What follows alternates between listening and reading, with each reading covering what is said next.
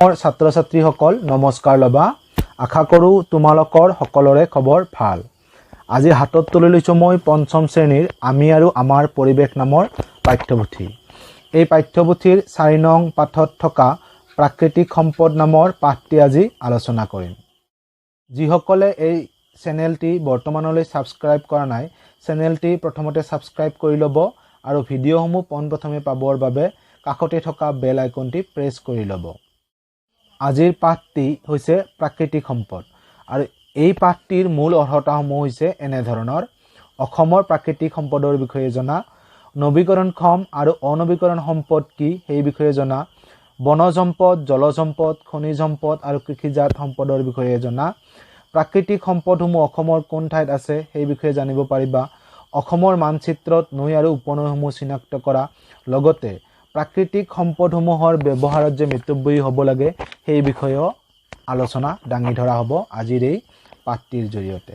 আহা তেনেহলে আমি আৰম্ভ কৰোঁ আজিৰ পাঠটিৰ মূল বিষয়বস্তু। পাঠটিৰ নাম যিহেতু প্ৰাকৃতিক সম্পদ সেয়েহে আমি প্ৰথমতে জানিব লাগিব প্ৰাকৃতিক সম্পদ মানেনো কি।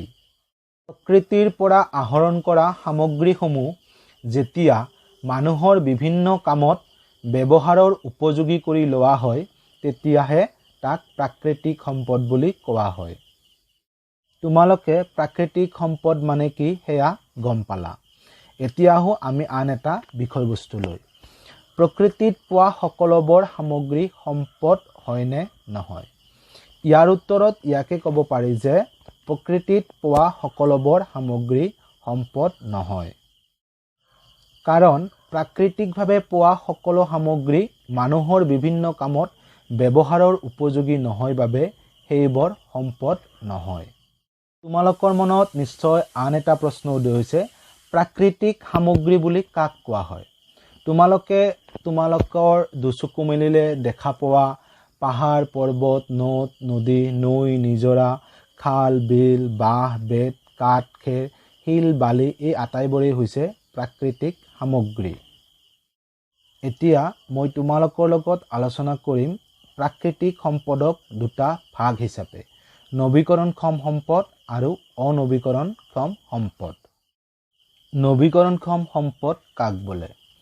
বায়ু, মাটি, উদ্ভিদ, সৌৰশক্তি আদি প্ৰাকৃতিক সম্পদ বিভিন্ন কামত বাৰে বাৰে ব্যৱহাৰ কৰি থাকিলেও শেষ নহয়। মাটি, বায়ু আদি এবাৰ ব্যৱহাৰ কৰাৰ পাছতো পুনৰ ব্যৱহাৰ কৰাৰ সুবিধা থাকে। এনেধৰণৰ প্ৰাকৃতিক সম্পদবোৰক নৱীকৰণক্ষম সম্পদ বোলে। আৰু অনৱীকৰণক্ষম সম্পদ বুলিলে কি বুজা বা যদি ইয়াৰ বিষয়ে সোধা হয় তেনেহলে আমি ক'ব লাগিব যে ভূগৰ্ভত মজুত থকা খনিজ পদাৰ্থ, কয়লা, খাৰুৱা তেল ইত্যাদি প্ৰাকৃতিক সম্পদ এবাৰ আহৰণ কৰি ব্যৱহাৰ কৰাৰ পিছত এই সম্পদ পুনৰ সৃষ্টি হ'বলৈ বহু নিযুত বছৰ লাগে। অধিক ব্যৱহাৰৰ ফলত এই সম্পদসমূহ শেষ হৈ যাব পাৰে। এনেবোৰ সম্পদকেই অনৱীকৰণক্ষম সম্পদ বোলে। এতিয়া নিশ্চয় তোমালোকে নৱীকৰণক্ষম সম্পদ আৰু অনৱীকৰণক্ষম সম্পদ বুলিলে কি বুজা সেই বিষয়ে নিশ্চয় ধাৰণা এটা লাভ কৰিবলৈ সক্ষম হৈছা। তেনেহলে তোমালোকে এতিয়া নিজৰ নিজৰ বহীত নৱীকৰণক্ষম সম্পদ আৰু অনৱীকৰণক্ষম সম্পদৰ এখন তালিকা প্ৰস্তুত কৰি লোৱা। অসমত বিভিন্ন ধৰণৰ প্ৰাকৃতিক সম্পদ পোৱা যায়। এই সম্পদসমূহক আমি প্ৰধানকৈ 4টা ভাগত ভাগ কৰি ল'ব পাৰোঁ আৰু এই ভাগবোৰ হৈছে জলজ সম্পদ, বনজ সম্পদ, কৃষিজাত সম্পদ আৰু খনিজ সম্পদ। এই সম্পদসমূহৰ ভিতৰত আমি প্ৰথমতে এতিয়া তোমালোকৰ সৈতে বনজ সম্পদৰ বিষয়ে আলোচনা কৰিম। বনজ সম্পদ কাক বোলে? অসমৰ হাবি বননিত পোৱা উদ্ভিদ, চৰাই চিৰিকটি আৰু বন্যপ্ৰাণী এই আটাইবোৰকেই বনজ সম্পদ বুলি কোৱা হয়। এতিয়া আহিল বনজ উদ্ভিদ সমূহৰ ভিতৰত কি কি অন্তৰ্ভুক্ত হৈ আছে। এই বনজ সম্পদৰ ভিতৰত আছে শাল, চেগুন, তিতাচপা, চিচু, কৰৈ, খেৰ, বাঁহ, বেত আদি। আৰু হাবিত থকা বিভিন্ন চৰাই চিৰিকটিৰ ভিতৰত ক'ব পাৰি ভাটৌ, মইনা, শগুন, ফেঁচা, ময়ূৰ, দেওহা, ধনেশ এই আটাইবোৰেই হৈছে বনজ সম্পদ। আৰু অসমৰ হাবিত পোৱা দেওহাক অসমৰ জাতীয় চৰাই বুলিও কোৱা হয়, মনত ৰাখিবা। অসমত থকা বিভিন্ন ধৰণৰ বন্যপ্ৰাণী আছে। সেইসমূহৰ ভিতৰত হৈছে হাতী, ঢেকীয়াপতীয়া বাঘ, নাহৰ ফুটুকী বাঘ, হৰিণা, বনগাহৰি, ভালুক, শিয়াল, হলৌ বান্দৰ ইত্যাদি। আৰু তোমালোকে দেখা বিভিন্ন ধৰণৰ বন্যপ্ৰাণীসমূহ এই বনজ সম্পদৰ ভিতৰতেই অন্তৰ্ভুক্ত হৈ আছে।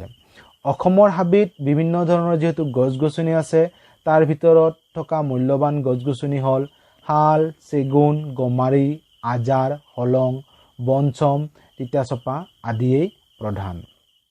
বনজ সম্পদৰ ওপৰত ভিত্তি কৰি অসমত কেইবাটাও উদ্যোগ গঢ় লৈ উঠিছে। তাৰ ভিতৰত জুইশলা উদ্যোগ, প্লাইউড উদ্যোগ, কাগজ উদ্যোগ আৰু ৰেচম উদ্যোগেই প্ৰধান। এতিয়া মই ধৰি ল'লোঁ তোমালোকে বনজ সম্পদৰ বিষয়ে ভালদৰে বুজি পালা। সেয়েহে এতিয়া তোমালোকক এটা মই কাম কৰিবলৈ দিব বিচাৰিছোঁ। তোমালোকে পাঠ্যপুথিৰ 24 নং পৃষ্ঠাত থকা তালিকাখন পূৰ্ণ কৰা। তাত আছে বনজ উদ্ভিদৰ নাম, হাবিত থকা চৰাইৰ নাম আৰু বন্যপ্ৰাণীৰ নাম।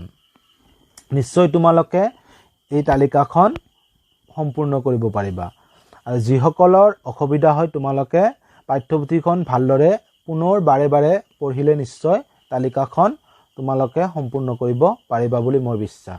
এতিয়া আহোঁ আমি প্ৰাকৃতিক সম্পদৰ আন এটা ভাগ জলজ সম্পদৰ বিষয়ে আলোচনা কৰিবলৈ।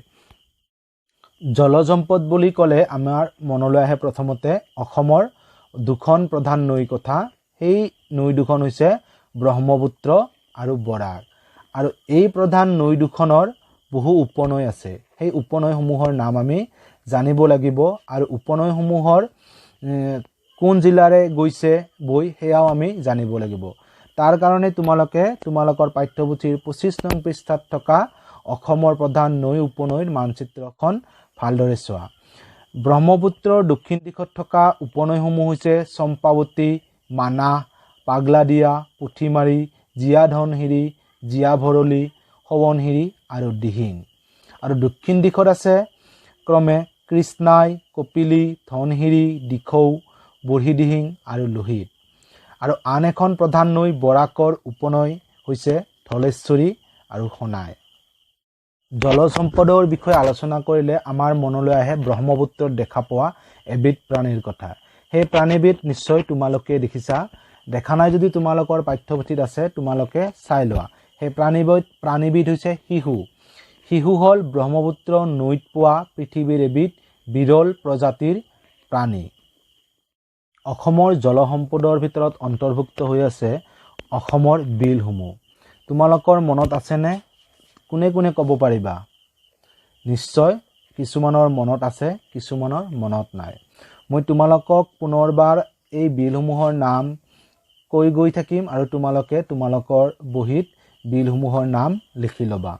দীপৰ বিল, চামগুৰি বিল, শনবিল, বাথা বিল, ধীৰ বিল, কাপলা বিল, দিপলাই বিল, উৰ্পদ বিল আৰু চান্দুবি বিল। ভূপৃষ্ঠৰ পানীভাগক আমি সম্পদ বুলি কওঁ। এতিয়া প্ৰশ্ন হ'ল, ভূগৰ্ভৰ পানীভাগক আমি সম্পদ বুলি ক'ব পাৰোঁনে নোৱাৰোঁ? ইয়াৰ উত্তৰত মই তোমালোকক ইয়াকে কওঁ যে ভূগৰ্ভৰ পানীভাগক সম্পদ বুলি ক'ব পাৰি। কাৰণ ভূগৰ্ভৰ পানীভাগক আমি ঘৰুৱা কাম কাজ, খেতিপথাৰ, উদ্যোগ আদিত ব্যৱহাৰ কৰোঁ। যিহেতু এই পানীভাগ মানুহৰ ব্যৱহাৰৰ উপযোগী, সেয়েহে ইয়াক আমি সম্পদ বুলি ক'ব পাৰোঁ। মৰমৰ ছাত্ৰ ছাত্ৰীসকল, আজিৰ পাঠদান ইমানতে সামৰিব বিচাৰিছোঁ। ইতিমধ্যে আমি প্ৰাকৃতিক সম্পদ, নৱীকৰণক্ষম সম্পদ, অনৱীকৰণক্ষম সম্পদ, বনজ সম্পদ আৰু জলজ সম্পদৰ বিষয়ে আলোচনা কৰিলোঁ। আজিৰ এই ভিডিঅ'ৰ জৰিয়তে তোমালোকে প্ৰাকৃতিক সম্পদ পাঠৰ বিষয়বস্তুসমূহ নিশ্চয় ভালদৰে বুজিবলৈ সক্ষম হোৱা বুলি মই ধৰি ল'লোঁ। আৰু যদি খকজা আছে তেনেহ'লে পাঠটি পুনৰ পঢ়িবা আৰু প্ৰয়োজন হ'লে ভিডিঅ' পুনৰ চাবা। যিসকল বন্ধুৱে এতিয়ালৈ ভিডিঅ'টি চোৱা নাই, সিহঁতৰ সৈতে ভিডিঅ'টি শ্বেয়াৰ কৰিবলৈ নাপাহৰিবা। পৰৱৰ্তী খণ্ডত আমি কৃষিজাত সম্পদ, খনিজ সম্পদ আৰু পাঠভিত্তিক প্ৰশ্ন উত্তৰসমূহ আলোচনা কৰিম। সেয়েহে ভিডিঅ' পোনপ্ৰথমে পাবৰ বাবে চেনেলটি যদি এতিয়ালৈ ছাবস্ক্ৰাইব কৰা নাই, চেনেলটি ছাবস্ক্ৰাইব কৰিবা আৰু কাষতে থকা বেল আইকনটি প্ৰেছ কৰি ল'বা। ধন্যবাদ।